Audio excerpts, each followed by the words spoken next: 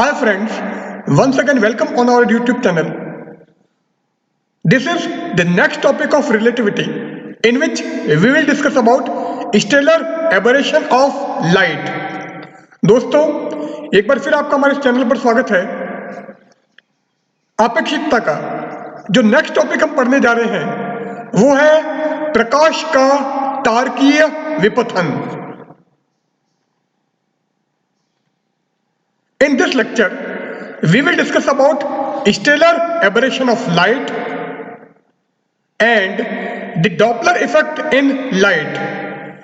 तो हमारे आज के सेशन में हम प्रकाश का तारकीय विपथन तथा प्रकाश का डॉपलर प्रभाव पढ़ेंगे।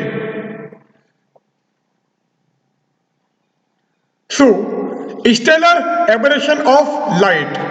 तो सबसे पहले प्रकाश का तारकीय विपथन।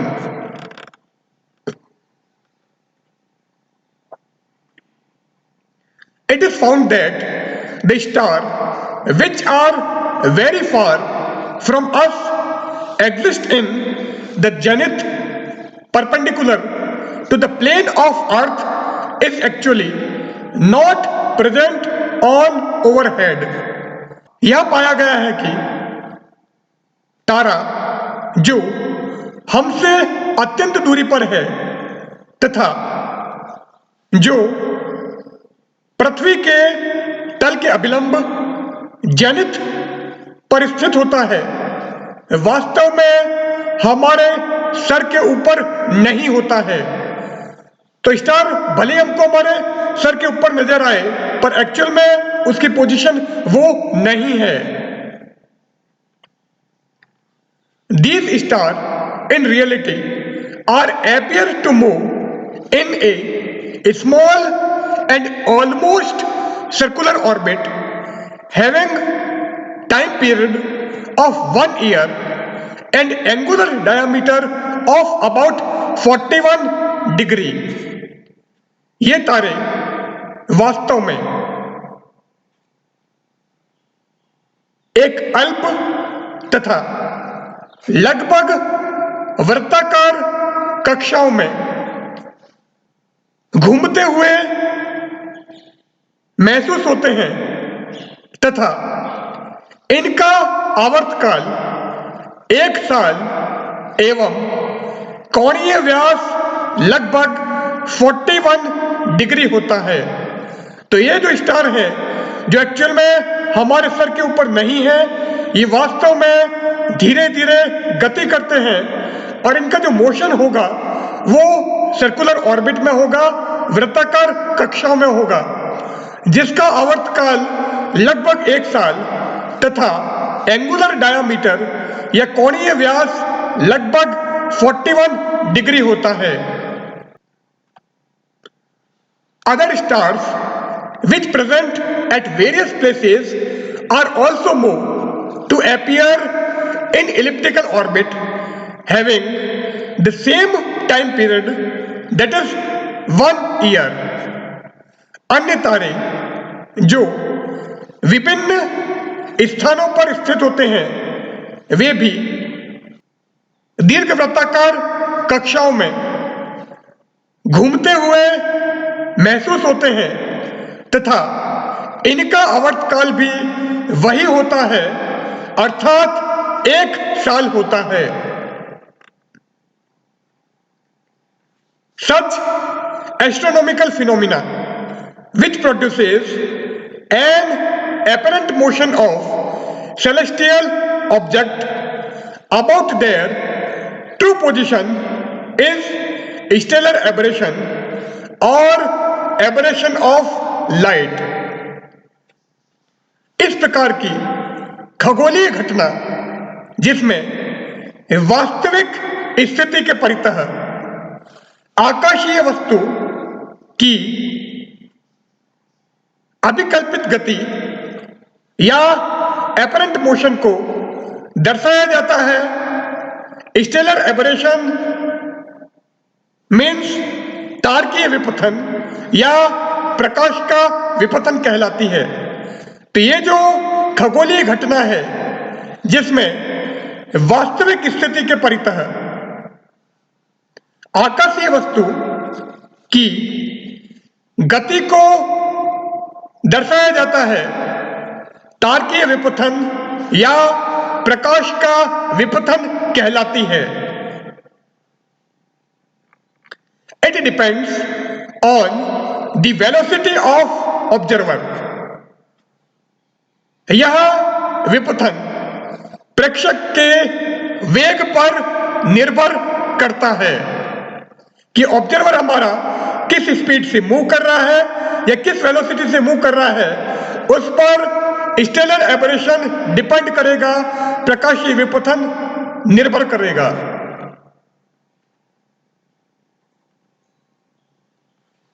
Due to this effect, if we want to see any astronomical star lie on our overhead with telescope, the telescope should be placed at an angle phi with the normal in the direction of rotation of earth। इस प्रभाव के कारण यदि हम किसी खगोलीय तारे को जो हमारे सर के ऊपर स्थित हो दूरदर्शी की सहायता से देखना चाहते हैं, तो हमें दूरदर्शी को पृथ्वी के घूर्णन की दिशा में उसके अभिलंब के साथ फाई कोण बनाते हुए रखना होगा। तो स्टेलर एबरेशन के कारण हमारा स्टार जो सर के ऊपर है वो अगर टेलीस्कोप को आप सीधा ऊपर रखोगे तो हमको दिखाई नहीं देगा। इस केस में अगर हमको किसी एस्ट्रोनॉमिकल स्टार को देखना है या खगोलीय तारे को देखना है तो हमको टेलीस्कोप को पृथ्वी के घूर्णन की दिशा में, पृथ्वी के अभिलंब दिशा में फाई कोण पर रखना होगा। On placing the telescope in such direction, the light emitted by star should enter into the telescope directly। इस दिशा में दूरदर्शी को रखने पर तारे द्वारा उत्सर्जित प्रकाश सीधे ही दूरदर्शी में प्रवेश करेगा। तो हमारा डायग्राम है, यहां पर हमने अर्थ दिखाई है, तो ये अर्थ की पोजीशन ए और ये अर्थ की पोजीशन बी। इस तरह से अर्थ हमारी रोटेट हो रही है या पृथ्वी हमारी घूम रही है। यहां पर कोई स्टार है या ये जो कोई तारा है, इस स्टार को अगर हमको देखना है टेलीस्कोप के साथ में तो हम क्या करते हैं, अर्थ के नॉर्मल डायरेक्शन से एंगल फाई बनाते हुए हम टेलीस्कोप को रखते हैं। This is the apparent motion of star and v is the velocity of earth. V पृथ्वी का वेग है। To explain the stellar aberration we use Lorentz transformation. तो अगर हमको तारकीय विपथन को एक्सप्लेन करना है, ये समझाना है, तो हमको लॉरेंज रूपांतरण समीकरण की आवश्यकता होगी। तो लॉरेंज ट्रांसफॉर्मेशन यूज करके हम स्टेलर एबरेशन को एक्सप्लेन कर सकते हैं, तारकीय विपथन को समझा सकते हैं। Let the frame of star S dash is X dash, Y dash, Z dash, and the frame of reference of Earth S is X, Y, Z। माना तारे का फ्रेम ऑफ रेफरेंस या निर्देश तंत्र S dash है जो कि X dash, Y dash, Z dash है।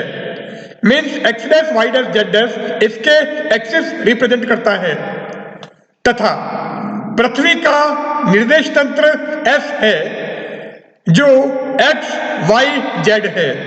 सो एक्स वाई जेड पृथ्वी के निर्देश तंत्र के अक्ष हैं तथा यह निर्देश तंत्र एस है एवं तारे का निर्देश तंत्र एस डैश है जिसके अक्ष X dash Y dash Z dash है।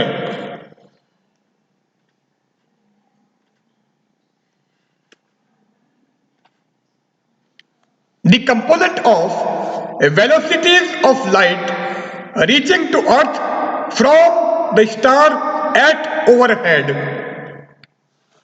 हमारे सिर के ऊपर स्थित तारे द्वारा पृथ्वी की ओर पहुंचने वाले प्रकाश के वेग के घटक ux dash is equal to 0, uy dash is equal to minus c and uz dash equal to 0। क्योंकि तारे से जो प्रकाश निकल रहा है उसका वेग c होगा, because the velocity of light is c। प्रकाश का वेग c होता है और स्टार हमारा ऊपर कहीं है, वहां से लाइट नीचे आ रही है, इसलिए uy डैश को हमने माइनस c कहा है। Here negative sign represents the direction of light which is directed towards negative y direction। यहां ऋणात्मक चिन्ह प्रकाश की दिशा दर्शाता है तथा यह प्रकाश ऋणात्मक y दिशा में गतिशील है। So uy dash is equal to minus c and diagram में हमने c दिखाया है क्योंकि ऑलरेडी डायरेक्शन यहां पर एरो से हमने दिखा दी है तथा लाइट हमारी x dash and Z dash में ट्रेवल नहीं कर रही है। सो इसका कंपोनेंट यू एक्स डैश 0 है एंड यू जेड डैश भी 0 है। When the earth reaches at A after revolving round the sun with velocity v, जब पृथ्वी सूर्य का चक्कर लगाकर v वेग से बिंदु A पर पहुंचती है तो हमारा डायग्राम अर्थ हमारा इस तरह से रोटेट हो रहा है और ये हमारा सन है, यह सूर्य है, तो सूर्य के चारों तरफ पृथ्वी घूर्णन कर रही है और ये घूर्णन करके बिंदु B से किसी टाइम पर बिंदु A पर पहुंचती है। तो पॉइंट B पर टेलीस्कोप की पोजीशन ये और पॉइंट A पर टेलीस्कोप की पोजीशन ये है। देन फ्रॉम लॉरेंज ट्रांसफॉर्मेशन, तो लॉरेंज रूपांतरण से ux is equal to ux dash plus v divided by 1 plus v by C square ux dash. अब ux डैश हमारा 0 है, v की वैल्यू v ही रहेगी एंड ux डैश को यहां पर भी 0 कर दो तो ux क्या आएगा 0 plus v divided by 1 plus v by C square into 0, तो हमारा 0, सो 1 प्लस 0 1 हो जाएगा एंड न्यूमरेटर में v, it means ux is equal to v। So ux equal to v। अब uy की बात करें तो from Lorentz transformation equation uy is equal to uy dash root of 1 minus beta square divided by 1 plus v by C square ux dash. अब ux dash हमारा 0 है, uy dash की value minus c and beta का मतलब v upon c, तो uy क्या आएगा minus c root of 1 minus v square by C square divided by 1 plus v by C square into 0, ये हमारा 1 हो गया। So uy is equal to minus c root of 1 minus v square by C square, ये हमारा uy आ गया। अब हम क्या करते हैं, यहां पर सी स्क्वायर एलसीएम लेते हैं तो रूट के अंदर क्या हो जाएगा c square minus we square upon c square, और अपॉन वाले सी स्क्वायर को अगर रूट से बाहर निकालोगे तो सी बन जाएगा और ये सी इस सी को कैंसिल कर देगा इट मीन्स यू वाई क्या आ जाएगा, minus root of C square minus we square. So U Y is equal to minus root of C square minus we square. Similarly U Z equal to 0, क्योंकि U Y and you Z का formula same है. यहां पर U Z dash आएगा और U Z dash की value 0 है, तो ये भी 0 और नीचे 1. So 0.1 is 0. It means you Z equal to 0. So u x equal to v, u y equal to minus root of C square minus we square and you Z equal to 0. Now u x हमारा v आया है, u y equal to minus root of C square minus we square and you Z equal to 0. Now the resultant velocity, परिणामी वेग. तो resultant velocity क्या आएगी, u equal to root of u x square plus u y square plus u z square. So u equal to root of u x square plus u y square plus u z square. U x को हम v रख देते हैं and u y हमारा minus root of C square minus we square है, जबकि you Z हमारा 0 है. तो जैसे ये वैल्यूज आप यहां पर रखोगे, u क्या हो जाएगा, root of v square plus c square minus we square. So v square से वी स्क्वायर कैंसिल कर दो. So u equal to square root of C square and root निकालोगे तो u क्या हो जाएगा, c. So u equal to c. सो resultant velocity की वैल्यू हमको c मिलेगी. And this result agrees with the Einstein special theory of relativity. यह परिणाम आइंस्टीन के आपेक्षिकता के विशिष्ट सिद्धांत से मेल खाता है, क्योंकि आइंस्टीन के स्पेशल थ्योरी ऑफ रिलेटिविटी के अकॉर्डिंग कभी भी वेलोसिटी लाइट की वेलोसिटी से ज्यादा नहीं हो सकती है. According to Einstein special theory of relativity, the maximum velocity attainable in nature is the velocity of light. Einstein के आपेक्षिकता के विशिष्ट सिद्धांत के अनुसार प्रकृति में ग्रहण किया गया अधिकतम संभाव्य वेग प्रकाश के वेग के बराबर होता है. अभी हमारा डायग्राम, यहां पर यू एक्स वी और यहां पर u y root of C square minus we square. अब इन दोनों का रिजल्टेंट लोगे क्या आ जाएगा, हमारा रिजल्टेंट वेलोसिटी जो कि हमारी c है. This figure shows the component of velocities and their resultant velocity. यह चित्र वेग के घटक तथा उनके परिणामी वेग को दर्शाता है. तो हमारा रिजल्टेंट वेलोसिटी और ये वेलोसिटी के कंपोनेंट हैं, वेग के घटक हैं. Thus, the resultant velocity is not directed vertically or along y direction. It makes an angle phi with the vertical. इस चित्र से स्पष्ट है कि परिणामी वेग कभी भी ऊर्ध्वाधर दिशा में नहीं होगा या y अक्ष की दिशा में नहीं होगा. यह सदैव ऊर्ध्वाधर के साथ फाई कोण बनाता है. अब फाई की वैल्यू निकालनी है. सो साइन फाई हो जाएगा हमारा v अपॉन सी, क्योंकि ये एंगल हमारा फाई है. अब ये हमारा v और ये है यू वाई, जबकि ये हमारा c. तो साइन थीटा होता है परपेंडिकुलर अपॉन हाइपोटेन्यूज, क्योंकि ये फाई है तो परपेंडिकुलर हमारा हो गया यू एक्स जो कि v है एंड हाइपोटेन्यूज हो गया c. तो sine phi is equal to v upon c.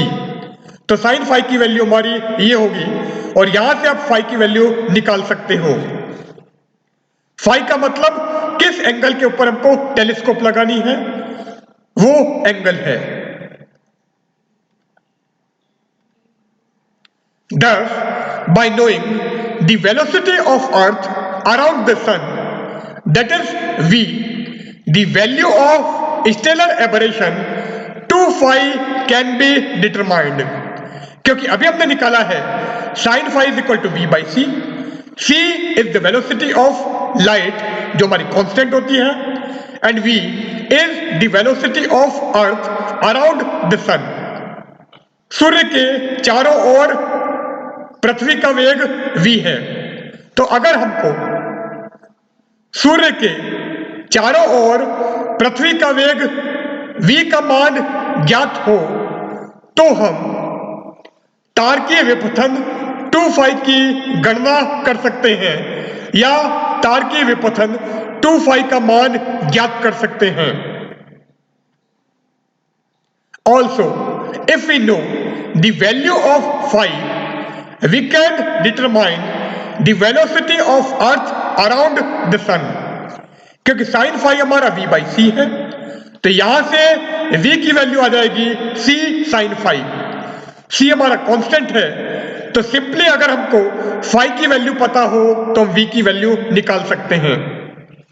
साथ ही यदि हमें phi का मान ज्ञात हो तो हम सूर्य के चारों ओर वेग ज्ञात कर सकते हैं। Experimentally stellar aberration 2 phi is equal to 41 second, so phi equal to 20.5 second. प्रायोगिक रूप से यह पाया गया है कि तारकीय विपथन 2 phi equal to 41 सेकेंड होता है, और यहां से phi की वैल्यू निकालोगे तो आ जाएगी 41/2, दैट इज 20.5 सेकेंड। तो phi की वैल्यू हमारी ये है। अब अगर phi को रेडियन में निकालना है तो phi क्या हो जाएगा 20.5 डिवाइडेड बाय 60 इंटू 60 इंटू 180। और अगर डिग्री में निकालना है तो इस 180 को हटा दो, so phi is equal to 20.5 divided by 60 into 60 degree. So the value of phi in terms of degree will be 20.5 divided by 60 into 60, that is 3600। Now sin phi की वैल्यू v upon c थी, अब phi की value हमको मिल गई है। यहां से v निकाले तो v होता है c sin phi, phi की जगह ये रख दो, so v equal to c sin phi। c का मतलब 3 into 10⁸ एंड phi का मतलब 20.5 डिवाइडेड बाय 3600, सो v हो जाएगा 3 into 10⁸ साइन 20.5 डिवाइडेड बाय 3600। और अगर हम इसको सॉल्व करें तो आ जाता है अराउंड 30 किलोमीटर पर सेकेंड। इसका मतलब पृथ्वी सूर्य के चारों ओर 30 किलोमीटर प्रति सेकंड की गति से घूर्णन कर रही है। It means the earth rotates around the sun with the velocity 30 kilometre per second. On the basis of stellar aberration it is found that the earth revolves around the sun with a velocity of 30 kilometre per second, not the sun revolves around the earth। प्रकाश के तारकीय विपथन के आधार पर यह पाया गया है कि पृथ्वी सूर्य के चारों ओर 30 किलोमीटर प्रति सेकंड के वेग से घूर्णन करती है, न कि सूर्य पृथ्वी के चारों ओर घूर्णन करता है, गति करता है। नाउ नेक्स्ट टॉपिक है हमारा डॉपलर इफेक्ट इन लाइट। प्रकाश में डॉपलर प्रभाव या प्रकाश का डॉपलर प्रभाव। सो डॉपलर इफेक्ट इन लाइट, प्रकाश में डॉपलर प्रभाव। अब डॉपलर इफेक्ट क्या है?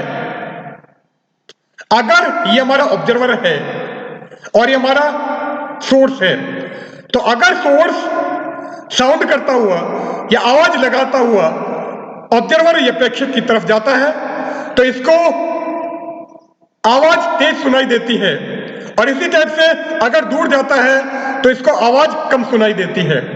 इट मीन्स अगर ऑब्जर्वर सोर्स की तरफ आता है या सोर्स ऑब्जर्वर की तरफ आता है तो ऑब्जर्वर को या प्रेक्षक को ध्वनि की आवृत्ति या आवृत्ति अधिक महसूस होती है या आवृत्ति बढ़ती हुई महसूस होती है।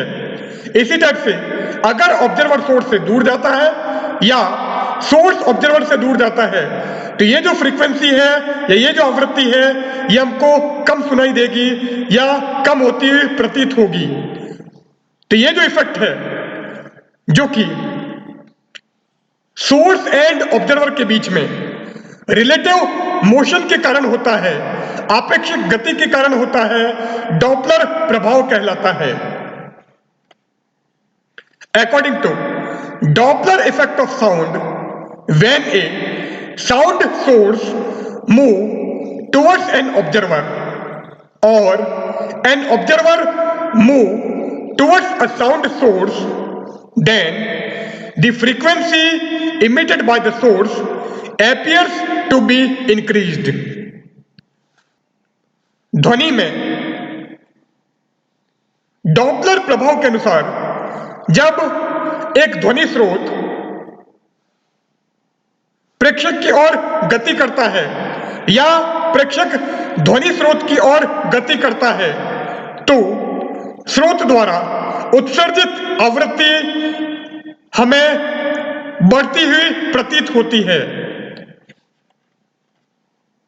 Similarly, when the sound source move away from the observer or an observer move away from the sound source, then the frequency of sound emitted by the source appears to be decreased। इसी प्रकार जब ध्वनि स्रोत प्रेक्षक से दूर जाता है या प्रेक्षक ध्वनि स्रोत से दूर जाता है तो स्रोत द्वारा उत्सर्जित ध्वनि की आवृत्ति हमें घटती हुई प्रतीत होती है। तो अगर दोनों एक दूसरे की तरफ आते हैं या एक दूसरे की तरफ आता है तो साउंड सोर्स की फ्रीक्वेंसी बढ़ेगी, ध्वनि की आवृत्ति बढ़ेगी, और अगर दोनों एक दूसरे से दूर जाते हैं या एक दूसरे से दूर जाता है तो साउंड सोर्स की फ्रीक्वेंसी या ध्वनि स्रोत की आवृत्ति हमें घटती हुई प्रतीत होगी। If nu 0 is real frequency of sound and nu is the apparent frequency of sound, यदि nu 0 ध्वनि की वास्तविक आवृत्ति हो तथा nu ध्वनि की आभासी आवृत्ति हो तो nu is equal to nu naught 1 plus u by c divided by 1 minus v by c। Here u is velocity of observer, यहां u प्रेक्षक का वेग है, and v is the velocity of source, तथा v स्रोत का वेग है। तो u हमारा ऑब्जर्वर की वेलोसिटी है या प्रेक्षक का वेग है, जबकि v हमारा स्रोत का वेग है या वेलोसिटी ऑफ सोर्स है। तो apparent frequency and real frequency के बीच में रिलेशन हम इस फॉर्मूले से देंगे। Here c is the velocity of light, यहां c प्रकाश का वेग है। अब ये फॉर्मूला भी हमने दिखाया था। If observer move towards the source, यदि प्रेक्षक स्रोत की ओर गति करता है, then u is taken as positive तो u धनात्मक लिया जाता है। And if observer move away from the source then u is taken as negative. तथा यदि प्रेक्षक स्रोत से दूर जाता है तो u का मान ऋणात्मक लिया जाता है। तो अगर ऑब्जर्वर सोर्स की तरफ आएगा तो u हमारा पॉजिटिव लेंगे, और अगर ऑब्जर्वर सोर्स से दूर जाएगा तो u हम नेगेटिव लेंगे, ऋणात्मक लेंगे।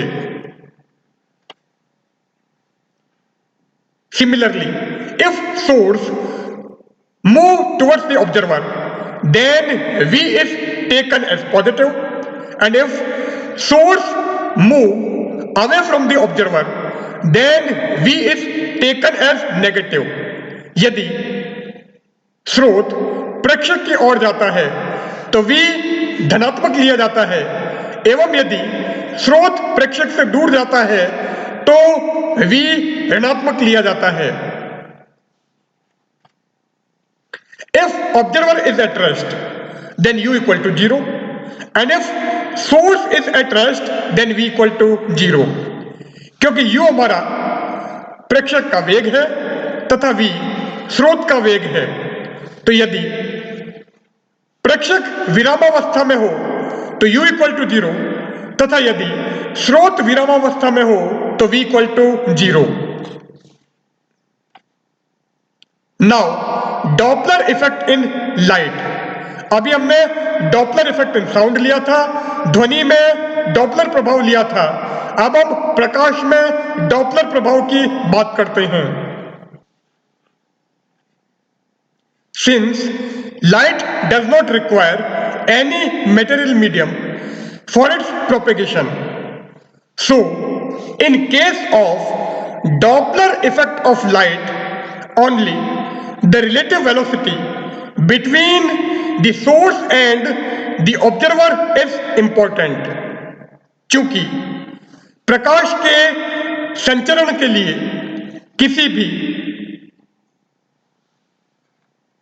धात्विक माध्यम की आवश्यकता नहीं होती है, मटेरियल मीडियम की आवश्यकता नहीं होती है, इसलिए प्रकाश में डॉपलर प्रभाव केवल स्रोत एवं प्रेक्षक के मध्य आपेक्षिक वेग पर निर्भर करता है। अर्थात प्रकाश में डॉपलर प्रभाव के लिए केवल स्रोत एवं प्रेक्षक के मध्य आपेक्षिक वेग महत्वपूर्ण है। Whereas in case of Doppler effect of sound, the absolute motion of source and observer is important। जबकि ध्वनि में डॉपलर प्रभाव के लिए स्रोत तथा प्रेक्षक का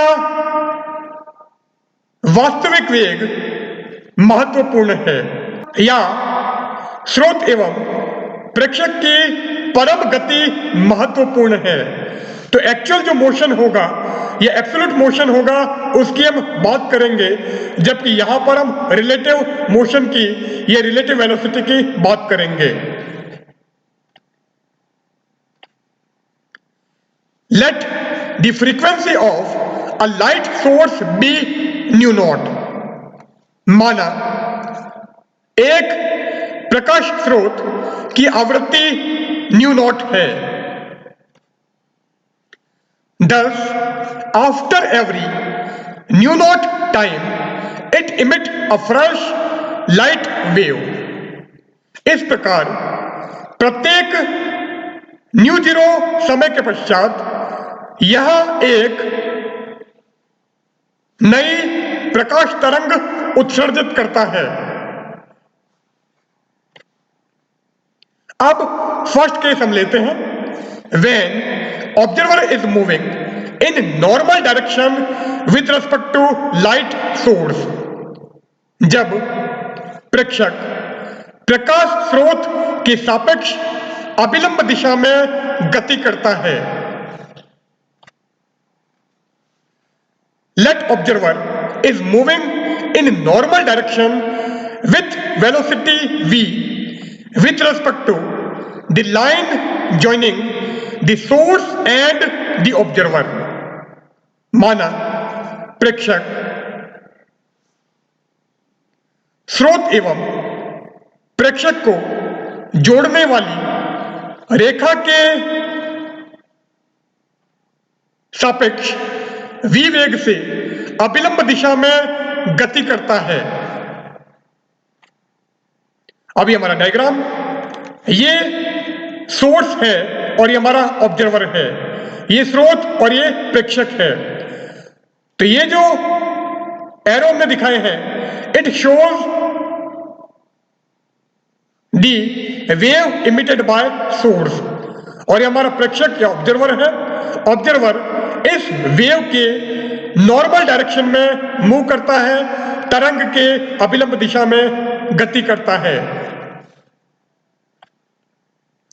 If proper time between the two wave pulse is t naught equal to 1 upon nu naught, यदि दो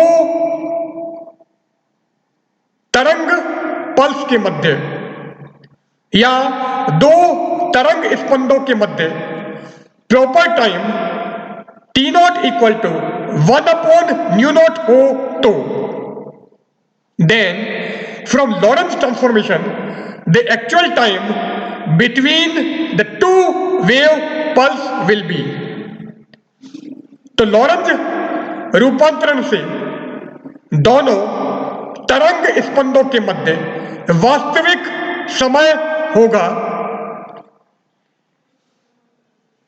क्योंकि रिलेटिविटी ऑफ टाइम में यह फॉर्मूला हमने निकाला था, t equal to t naught upon root of 1 minus v square by c square. So observed frequency of the observer और apparent frequency of the observer. इसलिए प्रेक्षक द्वारा प्रेक्षित की गई आवृत्ति या प्रेक्षक द्वारा प्राप्त की गई आवृत्ति, या इसको यह भी कह सकते हैं प्रेक्षक की एपरेंट फ्रीक्वेंसी, तो t का रेसिप्रोकल हो जाएगा। So nu equal to 1 upon t, apparent frequency हमारी ऑब्जर्वर की आ जाएगी nu equal to 1 upon t. T हमारा ये है तो न्यू क्या हो जाएगा, root of 1 minus we square by C square upon T naught, and 1 upon T naught हमारा न्यू नॉट हो जाएगा। So nu is equal to nu naught root of 1 minus we square by C square. So this will be the apparent frequency of the observer. प्रेक्षक की आभासी आवृत्ति हमारी ये होगी।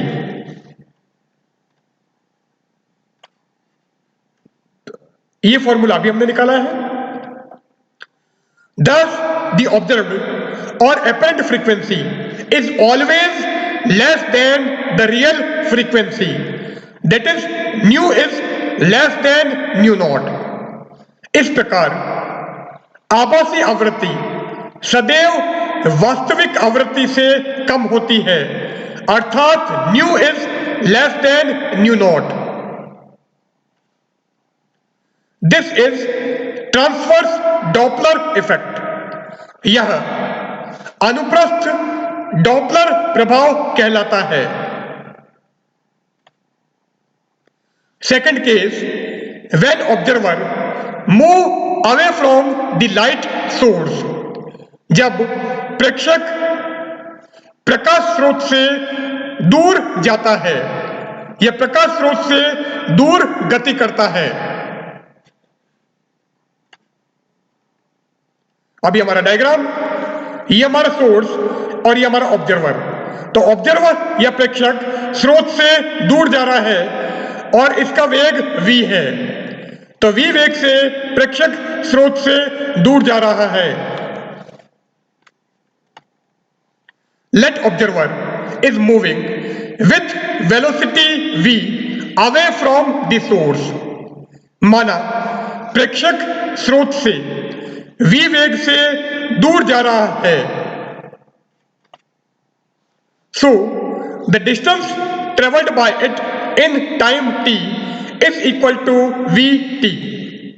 इसलिए t समय में इसके द्वारा तय की गई दूरी vt होगी, क्योंकि वेलोसिटी इंटू टाइम हमारा डिस्टेंस आ जाएगा, वेग इंटू समय दूरी होगी। Here t is the time between two wave pulse। यहां t दो तरंग स्पंदों के मध्य समय है। तो दो वेव पल्स के बीच में कितना समय लगता है वो हमारा t है। So the time taken by light pulse to reach at its destination after every pulse will be increased by vt by c। इस प्रकार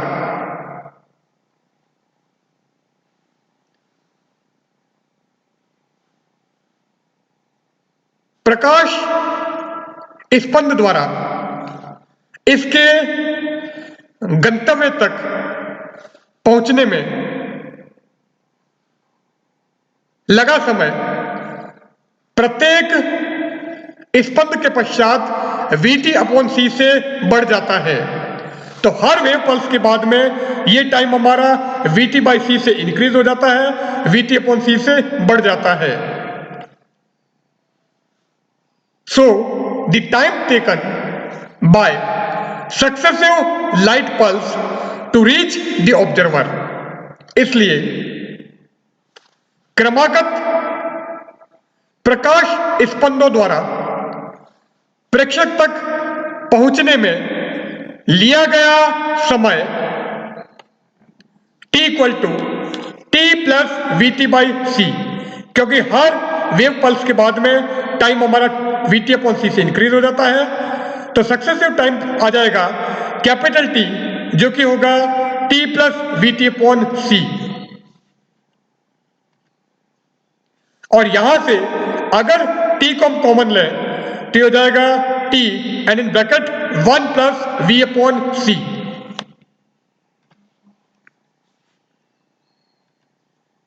अब t की वैल्यू हमने ये निकाली है लॉरेंस ट्रांसफॉर्मेशन से। t है हमारा t naught upon root of 1 minus we square by C square. तो इस t की जगह हम ये रख सकते हैं। सो कैपिटल T हो जाएगा t naught upon root of 1 minus we square by C square and bracket में आ रहा है 1 प्लस वी बाई सी। अब इसको a square minus B square से ओपन करें तो a square minus B square होता है a plus B into A minus B. तो हो जाएगा रूट में 1 plus we by C into 1 minus we by C. So t equal to T naught upon root of 1 plus we by C into 1 minus we by सी। और ये वाला factor यहां पर था, उसको हमने एज इट इज लिख दिया है। अब ये रूट 1 प्लस वी बाई सी और ये सिंपली 1 प्लस वी बाई सी है। तो अगर इससे ये कैंसिल करोगे तो यहां पर रूट में 1 प्लस वी अपॉन सी बच जाएगा। तो कैपिटल T क्या हो जाएगा t naught root of 1 plus we by C divided by 1 minus we by C. So this is the value of capital T। Now the observed frequency और apparent frequency. अतः प्रेक्षित आवृत्ति या आभासी आवृत्ति nu equal to 1 upon T. तो इसका उल्टा कर दो, ये हो जाएगा 1 upon T naught root of 1 minus we by C upon 1 plus we by C. And 1 upon T naught को हमने न्यू नॉट लिख दिया है। So nu is equal to nu naught root of 1 minus v by c upon 1 plus v by c. So this will be the apparent frequency. यह हमारी प्रेक्षित आवृत्ति या आभासी आवृत्ति होगी। Thus, the observed or apparent frequency is always less than the real frequency. That is, nu is less than nu naught. इस प्रकार प्रेक्षित आवृत्ति या आभासी आवृत्ति सदैव वास्तविक आवृत्ति से कम होगी, अर्थात new is less than new not.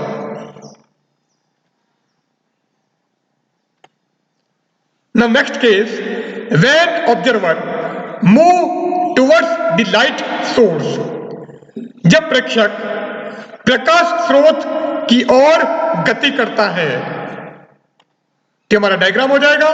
यहां पर ऑब्जर्वर या प्रेक्षक सोर्स की तरफ मूव कर रहा है, स्रोत की तरफ गति करता है।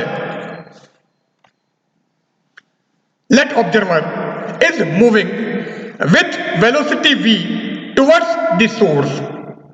माना प्रेक्षक स्रोत की ओर v वेग से गति करता है। So the distance travelled by it in time t is vt। इसलिए t समय में इसके द्वारा तय की गई दूरी vt होगी। Here t is the time between two wave pulse। यह t दो तरंग स्पंदों के मध्य समय है।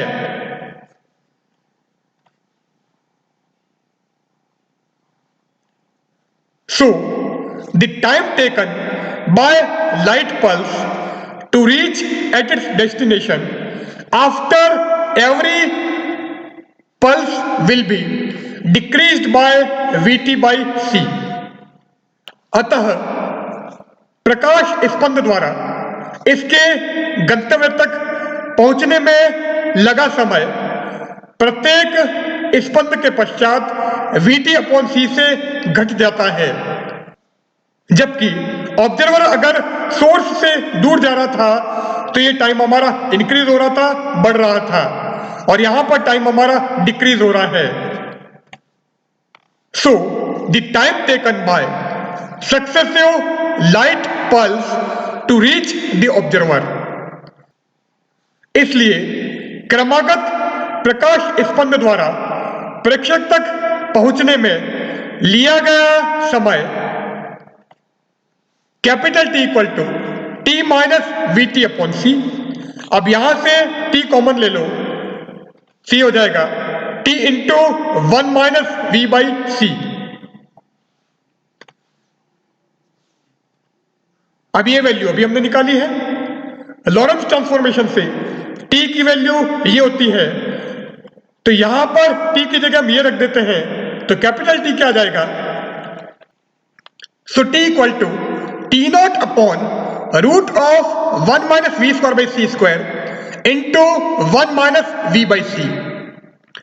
अब अगर इसको हम a square minus B square से ओपन करें तो रूट के अंदर आ जाएगा 1 minus we by C into 1 plus we by C.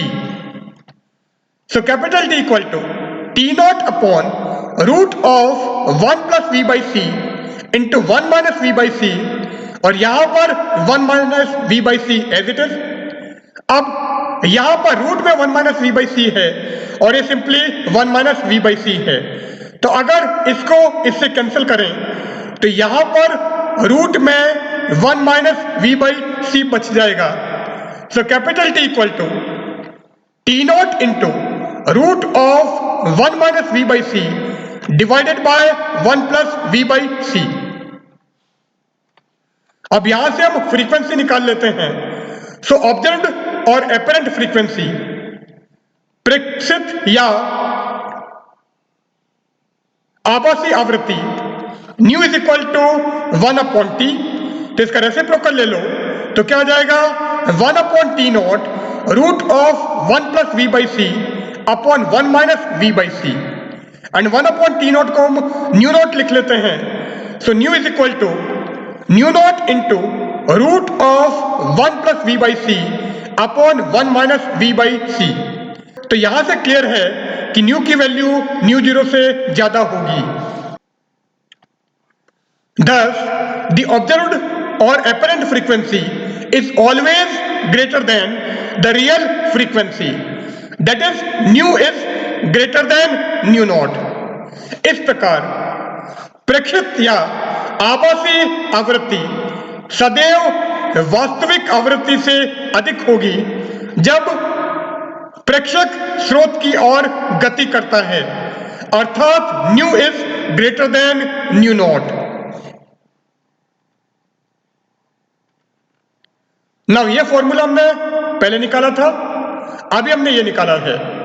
अब अगर इन दोनों को हम एक साथ में लें तो क्या होगा? These two results are combinedly written as, इन दोनों परिणामों को यदि एक साथ लिखा जाए तो nu is equal to nu naught root of 1 plus we by C upon 1 minus we by C. अब यहां पर v पॉजिटिव कब होगा और v नेगेटिव कब होगा? अगर उसकी बात करें, so when the source and observer come towards each other, then v is taken as positive। जब स्रोत एवं प्रेक्षक एक दूसरे की ओर आते हैं तो v का मान धनात्मक लिया जाता है, and when the source and observer move away from each other, then v is taken as negative।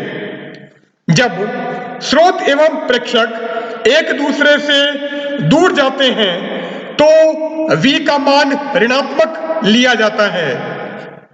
तो इस टाइप से इन दोनों को मिलाकर हमने ये इक्वेशन लिख दी है, ये रिजल्ट लिखा है। Here v represents the relative velocity between the source and the observer। यहां v स्रोत एवं प्रेक्षक के मध्य आपेक्षिक वेग को दर्शाता है, and this is known as longitudinal Doppler effect। यह प्रभाव अनुदैर्ध्य डॉपलर प्रभाव कहलाता है। तो यहां पर जो सोर्स एंड ऑब्जर्वर थे लॉन्गिट्यूडनल डायरेक्शन में मूव कर रहे थे, अनुदैर्ध्य दिशा में गति कर रहे थे, इसलिए इसको हमने लॉन्गिट्यूडनल डॉपलर इफेक्ट या अनुदैर्ध्य डॉपलर प्रभाव कहा है। जबकि पहले हमने नॉर्मल डायरेक्शन की बात की थी तो वहां पर ट्रांसवर्स डायरेक्शन में मोशन था, इसलिए उसको हमने ट्रांसवर्स डॉपलर इफेक्ट या अनुप्रस्थ डॉपलर प्रभाव कहा था। It is found that the star emits light of some particular frequencies and provide a line spectrum। यह पाया गया है कि तारे एक निश्चित आवृत्ति का प्रकाश उत्सर्जित करते हैं या एक रेखीय स्पेक्ट्रम प्रदान करते हैं। When these stars come towards the earth or go away from the earth, then a shift in the frequency or wavelength are observed in the line spectrum। This shift is known as Doppler shift।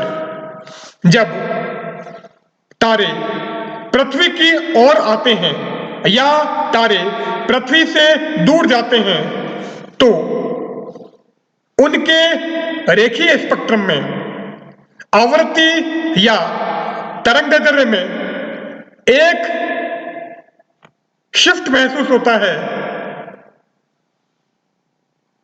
एक विस्थापन होता है। यह विस्थापन Doppler विस्थापन कहलाता है। This shift is known as Doppler shift. यह विस्थापन डॉपलर विस्थापन है। When stars move towards each other, then their line spectrum shift towards the higher frequency or lower wavelength side। Such shift is known as violet shift। जब तारे एक दूसरे के निकट आते हैं या एक दूसरे की ओर आते हैं तो उनके रेखीय स्पेक्ट्रम में विस्थापन अधिक आवृत्ति की ओर होता है या कम तरंग दैर्ध्य की ओर होता है। यह विस्थापन बैंगनी विस्थापन कहलाता है। तो अगर स्टार एक दूसरे की तरफ आएंगे तो जो लाइन स्पेक्ट्रम होगा वो हमारा हायर फ्रीक्वेंसी की साइड में होगा, और हायर फ्रीक्वेंसी की साइड हो रहा है इसका मतलब लोअर वेवलेंथ की साइड हो रहा है। उच्च आवृत्ति की ओर विस्थापन हो रहा है इसका मतलब कम तरंग दैर्ध्य की ओर स्पेक्ट्रम हमारा विस्थापित होगा, और स्पेक्ट्रम हमारा कम तरंग दैर्ध्य की ओर शिफ्ट हो रहा है इसका मतलब ये जो शिफ्ट होगा, ये जो विस्थापन होगा, ये हमारा वॉयलेट शिफ्ट होगा, बैंगनी विस्थापन होगा। Similarly, when star move away from each other, then their line spectrum shifts towards the lower frequency or higher wavelength side. Such shift is known as red shift.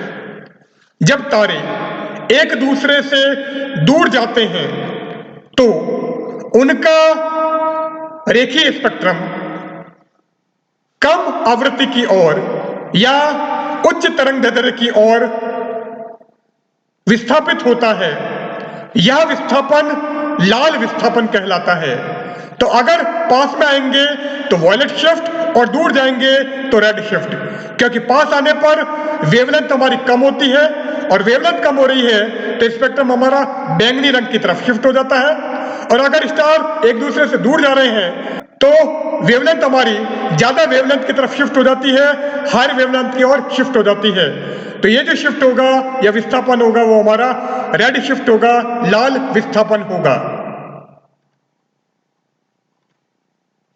The red shift in spectrum proves that the galaxies are moving away from each other or our universe expanding continuously. Spectrum में लाल विस्थापन यह सिद्ध करता है कि Galaxy एक दूसरे से दूर जा रही है या आकाशगंगा एक दूसरे से दूर जा रही है, अर्थात हमारा ब्रह्मांड सतत रूप से प्रसारित हो रहा है, एक्सपांड हो रहा है। This is known as Hubble's law. यह नियम हबल का नियम कहलाता है। तो हबल्स लॉ के अकॉर्डिंग गैलेक्सीज एक दूसरे से दूर जा रही है, यह यूनिवर्स हमारा कंटिन्यूसली एक्सपांड हो रहा है, ब्रह्मांड हमारा सतत रूप से प्रसारित हो रहा है, एक्सपांड हो रहा है। अब ये हमने फॉर्मूला निकाला था। अब अगर वेवलेंथ के टर्म्स में लें तो न्यू हो जाएगा हमारा c by lambda, new naught हो जाएगा c अपॉन लैम्डा नॉट। तो c से c कैंसिल कर दो, तो लैम्डा की वैल्यू अगर हमको निकालनी है वो क्या जाएगी, lambda is equal to lambda naught root of 1 minus v by C upon 1 plus v by C. So this is the wavelength. यह हमारा तरंग दैर्ध्य का सूत्र होगा। अब इसको हम लिख देते हैं lambda equal to lambda naught, ये हो जाएगा 1 minus we by c power half, और ये हो जाएगा 1 plus we by c power minus half. अब बाइनोमियल से एक्सपांड कर दो, so lambda naught as it is power हमारी मल्टीप्लीकेशन में आ जाएगी, सो 1 minus we by two c, और ये हो जाएगा 1 minus we by two c. अब इसको होल स्क्वायर से ओपन करें तो ये क्या होगा, lambda naught 1 minus we by c plus v square upon 4c square. यहां पर हमने हायर पावर नेगलेक्ट कर दी थी, इसलिए केवल हम इसी टर्म तक पहुंचे थे। Since v is very much less than c, अब v की वैल्यू c के कंपैरिजन में बहुत कम है, तो हायर पावर को नेगलेक्ट कर दो, सो लैम्डा आ जाएगा lambda naught 1 minus v by C. So this will be the value of wavelength. यह हमारा तरंग दैर्ध्य का सूत्र होगा। अब lambda equal to lambda naught 1 minus we by C अभी हमने निकाला था। अब वेवलेंथ शिफ्ट अगर निकालें तो वो क्या आ जाएगा, इसको लैम्डा नॉट से मल्टीप्लाई कर दो, so lambda equal to lambda naught minus we by c lambda naught, और यहां से लैम्डा माइनस लैम्डा नॉट की वैल्यू आ जाएगी minus lambda naught v upon सी। This will be the wavelength shift, यह हमारा तरंगदैर्घ्य विस्थापन होगा। If star is going away from each other, then V is taken as negative. So wavelength shift will be lambda minus lambda naught is equal to lambda naught V upon C। चूंकि तारे एक दूसरे से दूर जा रहे हैं, इसलिए V का मान ऋणात्मक होगा, और जैसे हम V को नेगेटिव लेते हैं या V का मान ऋणात्मक लें तो तरंगदैर्घ्य विस्थापन lambda minus lambda naught is equal to lambda naught V upon C। क्योंकि V को हमने माइनस V रख दिया है तो हमारा पॉजिटिव हो जाएगा। So lambda minus lambda naught is equal to lambda naught V upon C। This result is found to be positive or lambda is greater than lambda naught। यह परिणाम धनात्मक पाया गया है या लैम्डा का मान लैम्डा नॉट से अधिक होता है। It shows that the spectral lines are always found to be shift towards the higher wavelength side। यह परिणाम यह दर्शाता है कि स्पेक्ट्रमी रेखाएं सदैव अधिक तरंगदैर्घ्य की ओर विस्थापित होती हैं। सो यहां पर हम हमारा लेक्चर एंड करते हैं। यहां पर हमने stellar aberration and Doppler effect in sound के बारे में स्टडी की है। So good bye.